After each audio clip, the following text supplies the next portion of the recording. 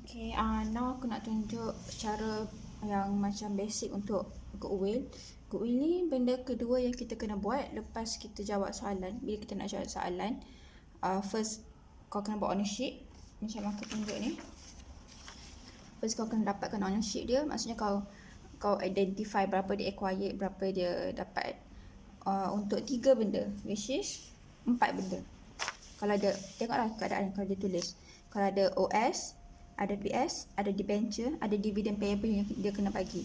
Jadi kau terus dapat je soalan, tengok Syahri benda ni, kalau ada dalam additional info, buat macam ni. Buat holding terus, buat NCI terus, identify. Buat macam ni. Ni orang panggil untuk ownership, untuk tahu ownership. Dan kau akan pergi kepada goodwill. Okay, untuk goodwill ni, first kali kena tahu, benda pertama yang paling wajib ada kena ada dalam goodwill adalah dia punya consideration transfer. Consideration transfer ni adalah nilai, dia cakap dia apa?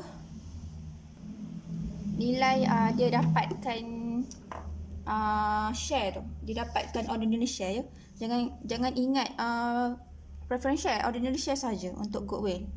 Jadi nilai ordinary share tu yang harga diambil tu, kat situ kita kira dia punya consideration transfer. Aku nak tunjuk pun malas nak pusing ni. Sekejap kalau zoom nampak tak? Dia bagi tahu kat sini. Ya Allah, kena turunkan kamera. Kalau nampak lah, ya Allah, giginya lah. Sekejap sorry. Okay tu, nampak dia cakap investment in S, ordinary share at cost 290. Okay, itulah yang kita ambil letak dekat consideration transfer. Sorry aku ajar daripada basic betul sebab aku takut ada yang biasa tak tengok langsung lagi. Okay, kalau yang dah tahu sorry sebab macam bermasa. Okay, then kedua ialah NCI of course. Benda penting kedua adalah NCI. Okay, NCI berapa persen dia, berapa portion dia. Lepas tu bila lepas kita tahu yang tu, kita kena identify satu benda pasal goodwill ni. Either dia berlaku pada partial, nampak tak, ataupun full. Partial goodwill ataupun full goodwill.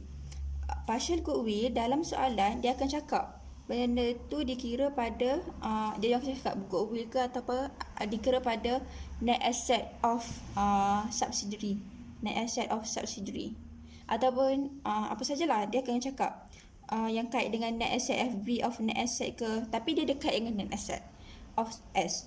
Kalau full dia akan cakap nilai share tu, sebab goodwill ni kita akan kira pada nilai share. Jadi kalau pada full dia akan cakap dia beli aset tu pada nilai FV, which is nilai fair value market pada tahun tu. Maksudnya kalau market pada tahun tu cakap share ni bernilai RM1.25, so dia akan beli pada nilai RM1.25. Macam tu lah cara nak kira dia. Jadi sometimes kena baca lah benda tu, dia memang akan sediakan dalam soalan. Dia akan cakap either dia akan sebut partial ataupun full goodwill, ataupun dia akan cakap is measured at what, macam tu. Non-controlling asset is measured at what. So jadi kita kena decide, sebab decision kita ni akan mempengaruhi cara kita kira kat sini.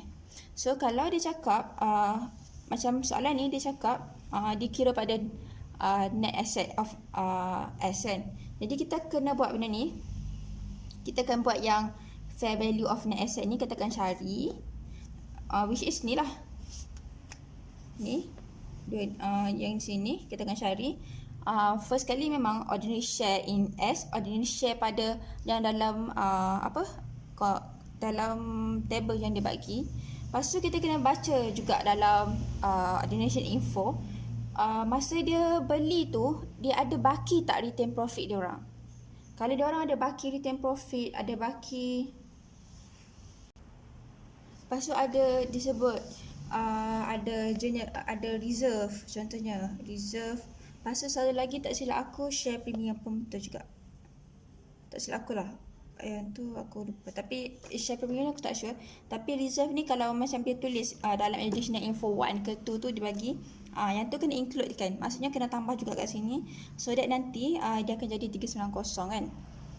Okey, ada dua pasal OS ni. Satu, dia akan mempengaruhi pengiraan NCI kat sini, which is kita nak tahu berapa nilai aset yang tak dikontrol oleh company. So 1/3 kita akan darab dengan 390 ni lah. So dapatlah 130 kat sini. So kita ambil yang 390 ni, yang nilai ni 360 tambah 30,000 tambah kita akan darab dengan 1/3 darablah 390, kita dapat kat sini. Lepas tu nilai yang sama kita akan tolak pula kat sini. Okey, satu benda aku nak cakap, kalau dah kan kita cakap kita dapat pada full goodwill, so dia akan guna FV of market price. Okey, kalau bila guna FV of market price, kita tak akan buat calculation 1/3 ni. Kita akan terus ambil macam kalau dia cakap NCI yang belum dimiliki oleh syarikat adalah 25,000 MCI, kita akan terus ambil 25,000 darab berapa nilai dia? 1.25 ringgit. Okey, 1.25 darab 25,000 dapatlah berapa nilai sini. Tapi kat sini still kena tolak. Maksudnya calculation untuk FV of NA ni, FV of NA of S ni tetap kena buat. Lepas tu je kita decide nak cari NCI ni ke mana. Maksudnya cara nak yang perubahan tu, yang partial ataupun full tu berbeza dekat cara kira NCI dia lah. Yang ni yang kena tolak ni still kena tolak. So point yang ketiga yang kita kena ingat adalah kena less FV on NA asset. Tu benda basic untuk get goodwill 1, 2, 3. Keempat, kita kena ingat kalau dia cakap ada impairment, biasanya dia akan cakap goodwill are impaired at what? Impairment ni apa? Impairment ni adalah depreciation. Kalau kau ada aset, kau kena tolak kan depreciation kau pada setiap tahun. Okey, kalau untuk goodwill dia tak panggil depreciation, dia panggil impairment. Okey, so kita akan buatlah untuk impairment of goodwill. Kita akan tolak.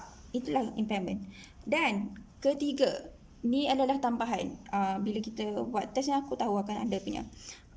Kita akan ada additional untuk premium on PS ataupun premium on debenture. PS ni preference share. Cara nak cari premium dia ni macam ni.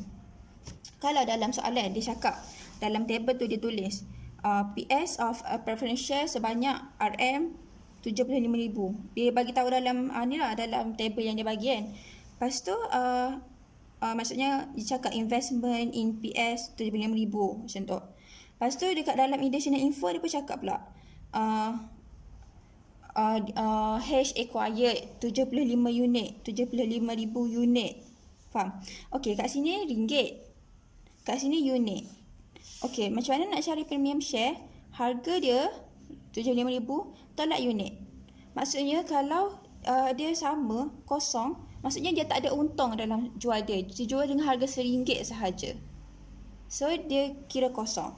Kalau macam benda tu RM75, RM80,000, tapi share yang ada hanya 75 unit sebenarnya, 75,000 unit. Maksudnya dia untung 5,000 lah. Dia beli dengan harga mahal lah sikit kan. Macam itulah premium. So nilai sini akan berubah kat situ. So kena ingat ada premium, ada debenture. Kalau ada, kalau tak ada, tak ada. Tapi kalau senang, memang kita kena ingatlah formula ni. Nanti aku akan snap untuk korang ambil gambar, just in case korang nak refer terus masa buat test. So tak payah buka buku. Lepas tu ada satu lagi. Yang ni aku tak jumpa, aku baca kat mana. Tapi ada satu lagi di mana macam ni.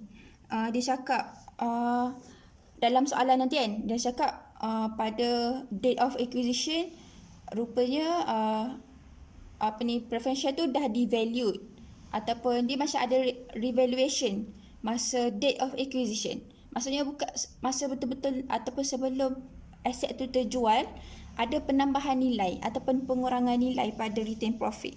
Contohnya macam nilai aset tu adalah sebanyak ni, tapi dia tak record lagi. Okey, situ akan tambahlah, dia akan cakap lah.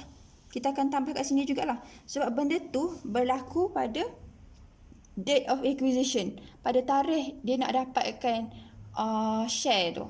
Jadi kita kena tambah dekat sini juga untuk dalam pengiraan goodwill. Okey, jadi untuk last kali, untuk recap untuk aku nak korang faham. Goodwill ni apa sebenarnya? Goodwill ni kalau kita belajar intangible asset, so kita tak faham apa sebenarnya goodwill. Okay, goodwill ni adalah macam ni. Bila syarikat beli, dia panggil nama baik, tapi sebenarnya bila syarikat beli aset kita, beli share kita, dia akan macam berangan-angan dan kononnya lah estimate berapa keuntungan yang akan dapat. So goodwill ni adalah expected future economic benefit yang dia akan dapat. Maksud secara estimate-nya future economic benefit untuk syarikat yang acquire the asset. Maksudnya holding company tu. Itulah goodwill. So that's why dia sentiasa akan berubah. Kita kena kira macam ni semua sebab kita bergantung kepada estimation sahaja.